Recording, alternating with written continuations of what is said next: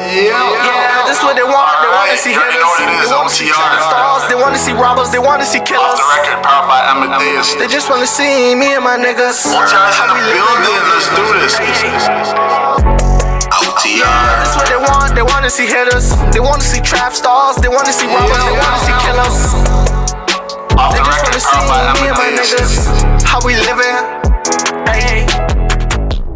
All right, listeners, we're back, and we are back with our special guest, Cindy. Cindy's here to just, share her thoughts and her personal experience regarding the subject that we're talking about today. So, without further ado, Cindy, the floor is yours. Thank you for joining us. It's a pleasure to have you on our show. Hi, everyone. So, hey, Sydney, thank you again for joining us. My pleasure. I'm sure our listeners will love to hear what you have to say. My first question to you is, what are some of the challenges involved with loving and caring for somebody on the inside? Because I'm sure there must be a whole lot of them. Oh, there's a lot. I think one of the most important challenges that I'm facing right now is just not having the person present. So that's one of the things. So right now the person's incarcerated and I have to wait for that person to call me before I'm able to share any type of information. Whereas before, as soon as the person would come home or any concerns I had, I would just kind of call them during the day and, Right. let them know what's going on in my mind, any issues I'm having, things that we want to do later on or so on and so forth. So that's kind of one of the challenging things that I'm facing right now and just doing everything by myself, Okay.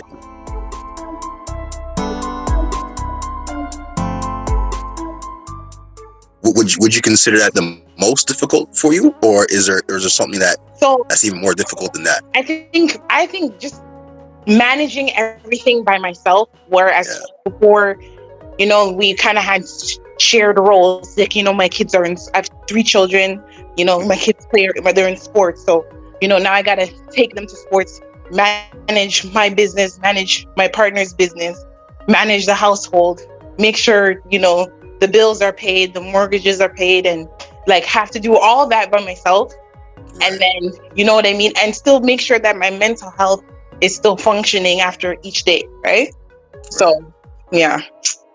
That sounds like a and Lauren was just like, fuck. It's a lot, man. It's a lot that people deal with on the other side, Right? Speaking from somebody that's been in there, I can always imagine what they go through, but it's a different thing to fucking to hear it. Right. And another thing too is you have to think about your partners who's incarcerated. So knowing what they go through inside, having to use the phones at a specific time or whenever they use the phone, they're able to call, or you know what I mean? And being mindful that I don't also want to be talking to my partner and I'm being a negative person, complaining about things that are happening around me, right? In their absence, and it's making them, not to say that it's not realistic, or it's making them kind of feeling more bad about themselves in there, the situation is already a bad situation. I don't want to make it worse, kind of thing. So feeling like I don't want to be talking to him about things that I'm facing, difficulties that I'm facing or that I come across, because I'm not trying to, bring down their spirits. You know what I mean? That's another thing that's kind of been difficult for me as well.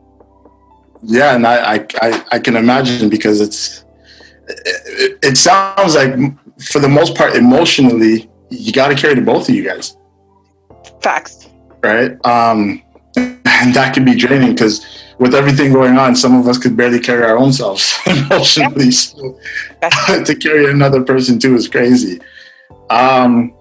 So I think you did mention it, but just to clarify, regarding your particular situation, okay, you're still going through it, right? It's not over yet. Correct. Okay. So it's also having to deal with, situation that I'm going through, and just it's just being strong for not even just for everybody and myself, because there's no really right way to go through this situation, but I just don't want to be I'm trying to let a lot of positivity in and not be the one to let out a lot of negativity. So that's how I've been dealing with trying to cope. That's my way of coping. Okay. Staying strong, being positive.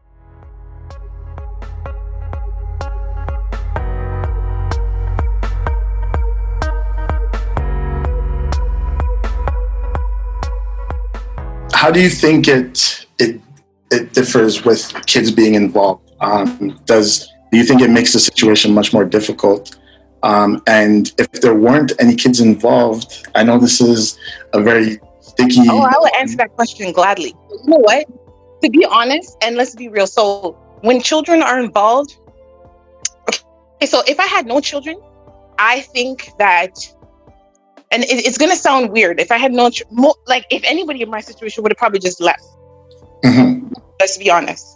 And what makes it difficult for me is because there is children in the picture. So it makes it difficult for me to kind of just, especially having 3 boys, like, you know, it's just, it's already like, we already have we already have issues with children and their fathers, and just kind of just rip that away by leaving. Like, I feel like this could be a learning experience for the boys, as well as myself, as well as for him. So it is challenging. It is difficult because even someone with kids also would leave as well. So I don't know. I'm still in a hard place right now. So okay, trying to get through day by day. Yeah. Okay. And what I can imagine for most parents is it's difficult sort of explaining the situation to the kids, because it also depends on their age group For sure. and level of comprehension of the situation. And without, getting too much into your personal business, did you have to sort of really fully explain the situation to any of the kids? And how was that like? So the 2 youngest ones are not going to understand. So my 4-year-old and my 1.5-year-old is not going to understand. Not even 1.5, 1 year and 2 months is not going to understand anything. So they just asked where he is, and it was kind of like, okay, well, he's at work kind of thing, right? So now my oldest, my 12-year-old now, he's not stupid. So he was the one that was like right away, like something's wrong, like, something's wrong. Like, how come he's been gone for so long? Like, what do you mean he's at work? That kind of stuff would not last long to tell a 12-year-old that. So we did have to be honest and say, like, maybe not going in depth about the situation, but just letting him know this is where he is right now. He will call every day to talk to you if he can, if he's, and this is what we got to deal with, and we're going to try to find ways to cope and turn this into a learning experience. And how did that conversation go for you? So at first he was kind of upset, like, like, when is he coming back? And then after talking to him, now he talks to him every day. It's been more trying to focus on keeping the bond, right? Like, how's school going? Tell me something you did today, type of conversations that they both have with each other. So what support systems do you think is needed to help support someone like you or someone that's in that kind of situation? I think what's important is even in groups, like some sort of a group of people that are going through the same situation. So if you have anybody that's incarcerated, like some sort of a support group, because I actually was looking for that. I was like, okay, like, I'm here. Where do I go? Like, Google's our best friend nowadays. So you type in support system for incarcerated, and I literally found one agency, and that wasn't even focused towards me. It was focused more towards the children connecting with the people that are incarcerated. So people. So I had nothing. You're probably talking about FEET. I know that organization. Yeah. That's the only thing that I saw. I did not see anything. Really? I didn't see anything. I did not see anything in regards to, like, anything that has to do with me, like me as a person, a partner, or maybe a family member, whoever is in my position. I did not find anything. And I was like, okay, that's a problem. Because if we want to talk about incarceration and we want to talk about, like the effects of incarceration and trying to reduce the effects of incarceration amongst people, then support systems need to be, like, it needs to be something that's important, or it needs to be something that's available to people, right?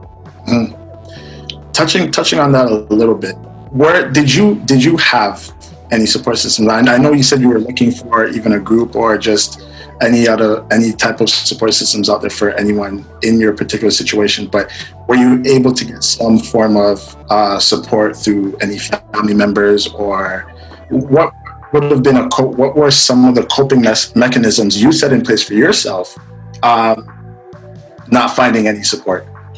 Okay, so one of the things that I've been doing with a friend who's also going through some sort of a trauma, she's going through a divorce. So we kind of came together with some kind of like, we kind of deal with it. It's going to sound so weird, but we do a book club.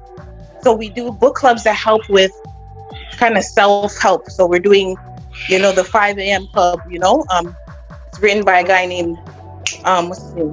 Robin Sharma. And it's just talking about, it's like self-building. You're building yourself, waking up every day, 5 o'clock in the morning, and, working out, planning your day so that you can be more successful and effective in your life. So that's what we've been doing. And I've been finding it's been allowing me to be more effective and productive throughout the day. So I'm attacking goals throughout the day, which is building my confidence, which is allowing me to make better decisions and making me feel better overall. That's dope. That's good. That's good that you're doing that. And I'm pretty sure it helps a lot. It does. So another question that I wanted to ask you is, for anyone that's currently going through the same situation that you're going through, or that might be facing that situation coming to them, do you have any advice? Is there any way for them to prepare for it, or as they're going through it, can you lend any advice to them? I think I personally think that even if you could just find one person, or if you can't even find a person, there's I know there's books, there's a lot of information out there. I just feel like it's our responsibility, your own responsibility, to kind of search for things that you need or you're looking for in terms of services or, help. So I found a friend and we found something that works in the meantime, because I can't find any resources. So if you cannot find any resources, you need to be resourceful and create your own. So I think that having at least even just one friend, somebody who's not negative, somebody who's, not judgmental, to kind of just brainstorm ideas and work together and try to kind of get through what you're going through, Yeah, for sure. Sometimes it just takes that one person that you can talk to. And I know it must be difficult for you because, again, you're still going through your situation. So it's not that easy to share a lot at all. It's really not. It's not. But, like a part of the process is just kind of like talking about it is also a way to kind of just get through it. Can't just keep stuff bottled inside for so long. Just going to be a ticking time bomb.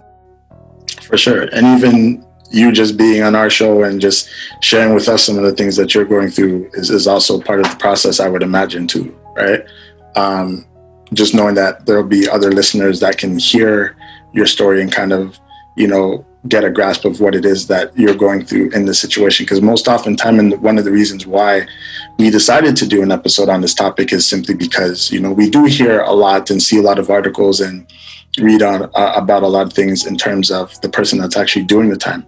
But rarely do we hear from or get a little bit of an insight for the partner, for the loved one that's on the outside doing time with them,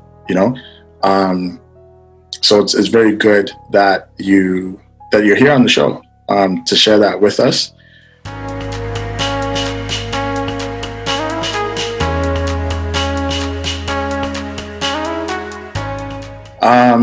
Anything else that you might want to add before we end the show? I did wanted to ask, one question for you would be, in your opinion, what do you think is probably the biggest challenge for him? Without us hearing from him, you being that voice for him, he might say something different, but in your opinion, what do you think his biggest challenge is right now? Well, okay, so one of the challenges he's actually told me, so for example, so he would write letters to me, and the letters, he said he wrote 8, but I've only received 2, right? So, let's be honest, not every person is a good person. So if you hand your letter to a CO And, just depending on the level of, if they even like you or not even level of respect, if they even like you or not. Yep. Sometimes you may not get the letter. And I have sent letters that he's never received either. So, even like, it's gotten to a point where even Canteen, I have to, like, every time I send Canteen, I have to make sure I put a tracking number to it, because it took him like 3 weeks just to get a Canteen one time. And like, Right. you know what I mean? Like, these are things that, like, these things cause issues, right? Mm-hmm. So, like, if you can't get your money in time, you can't order basic hygiene products or food or whatever the case may be, just to get you going through the night, the noodles or whatever you guys decide to order in those things. So that's one of the things he's facing. And also being away from his family. Like, he missed his son's first birthday. Mm. So that was that one was tough. His son's first birthday he missed. That's tough. And yeah, that was challenging for him when the birthday came and he wasn't there. And I think another challenge he's facing is, like, I guess even though I'm not on the phone, like, expressing, oh my God, I'm so stressed and stuff. Like, I know he could hear it in my voice sometimes when I'm talking to the children, and he knows, Yeah, for sure. And he definitely feels a way that he's not there to help you with that. Right. And just knowing the whole responsibility I have over my head, that's another thing. So that's another reason why I'm sure that's eating him inside. But for sure. But I'm not sure what to make. Like, I don't know what to do. I can't help anybody's guilt that they're feeling. I could just try to, like, just try to reassure them or make them feel better that, everything's under control. Mm-hmm. Right? Or sometimes it's the only thing that you can do. Sometimes the only thing that you can do, you do the best that you can do. And, the main objective is that you support him the best way that you can being on the outside, and he supports you the best way that he can on the outside. And, that's relatively the main thing that the both of you can ask for. You know what I mean? And to try to get through together. And as we all know, you're still currently going through the situation, but you're in our prayers, you're in our thoughts. We hope that, everything works out for the better. We hope that the both of you guys get through this and just be stronger than ever. Appreciate it. So definitely you have our wishes, and just try to stay strong for the both of you guys, and hopefully he's doing the same while he's in there. We're gonna end the show now. And we're just happy that you're here. We're blessed to have you share your story with us. And we just hope. Thank you for giving me the opportunity as well. So. Oh, no doubt. And I'm pretty sure there will be a lot of listeners that will find your story very meaningful, and some of them even helpful if they are facing situations similar to that. And it's my tone of voice has changed simply because just listening to it and hearing it and knowing that you're still going through it hits close to home. But I definitely feel a way about it. I don't think there's a lot of things that couples shouldn't be going through or facing. This is definitely one of them. Right? This is not, I'm not saying it's not normal, but this is not your typical, this is not typical stuff that married people go through or couples go through, right? So it's not your typical love story. It's not. No, it's not. And I'm pretty sure, you'll take an argument over curtains or argument over spending the grocery money over this any day. Yeah, over having your partner incarcerated for who knows how long, right? I would take you didn't want to wash the dishes over, okay, I'll take that in a second, right? So yeah, for sure. But yeah, you know what, just stay up, just stay up. You've been doing pretty good so far. Proud of you. I'm pretty sure he is too. So just continue to hold it down. as you've been doing. You know what I mean? I appreciate it.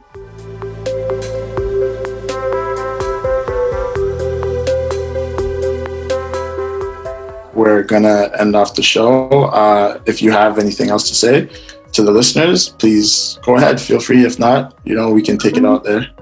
I think I would say, anybody who's going through what I'm going through, someone who's incarcerated, just know that you're not alone. There are others. You're not going to be the first person to go through something like this, and you're not going to be the last. Mm-hmm. So just, stay strong and try to find something that works for supporting you and supporting your partner in there.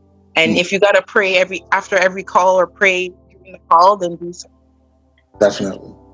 And just keep moving forward and keep planning. Plan for what you're going to do when you come out when he comes out of incarceration and stuff like that to keep things going. Cindy, thank you so much for sharing with us. You even had a lot of really good advice for anyone else out there. So thank you. We appreciate it.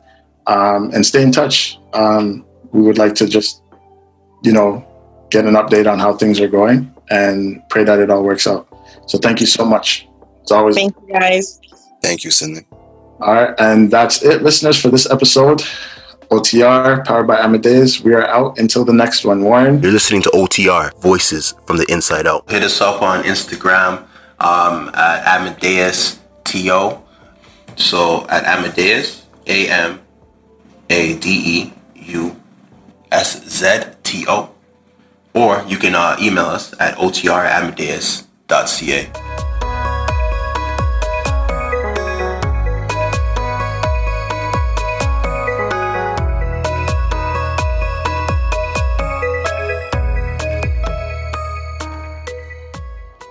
Yeah, you know the vibes. It's time to get into a featured artisan's song. This one right here is special to me. This one is coming straight out of Malvern. You already know what it is.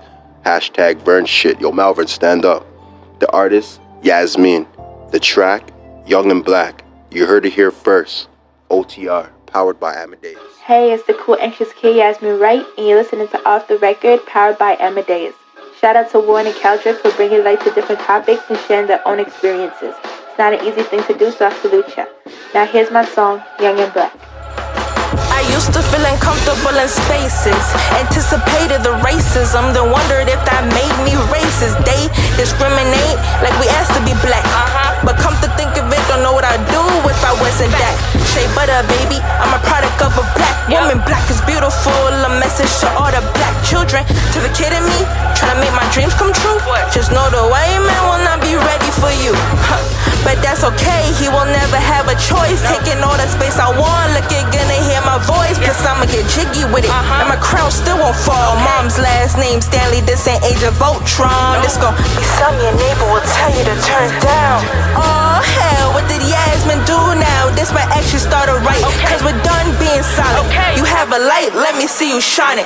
Blind 'em. Young and I'm black, young and I'm black, cause I'm young and I'm black, young and I'm black. You're my young and I'm black, young and I'm black, young and I'm black, cause I'm young and I'm black. You're my young and I'm black, young and I'm black. Yeah, fire. What'd I tell you? Yasmin, Young and Black, straight from Malvern. You already know what it is. OTR, Voice from the Inside Out. I'm gonna have to work extra hard. They say, don't get too angry, well don't piss me off. And don't be soft, what's wrong? Can't handle the truth. We're not intimidating, y'all just intimidated by our natural. Something you can't clone, you can't fabricate. And any word you think of, just won't capture it. Something like magic, but even that's an understatement. They hate to love us, why they leave us dead on the pavement? But I'm screaming, Black Lives Matter, hands up, don't shoot. My learning in sign language, so y'all can hear it on mute. We're soldiers, best salute, gods and goddesses, empress and emperor. Merch alert. You already know what it is, man. We're doing a merch drop. Limited edition, changeover chains, hoodies, designed by Exclusivity and Trent Out Loud. I'm telling you, these sweaters are dope. I already got mine. Make sure you get yours. 100% of the proceeds goes to Amadeus, their services. It helps to man them out. So, do your part. Get your sweaters now while supplies last. Sweaters can be found on amadeus.ca. Young and I'm black, young young and I'm black. Am I young and I'm black? Young and I'm black. Young and I'm black. Cause I'm young and I'm black. It's for the kids suffering in silence. Cool anxious kid, but I'm black before anything else can divide us. I understand the Irish can't understand the silence. They say we look too mad. Kill us for smiling. Why is my blackness a threat? Yeah,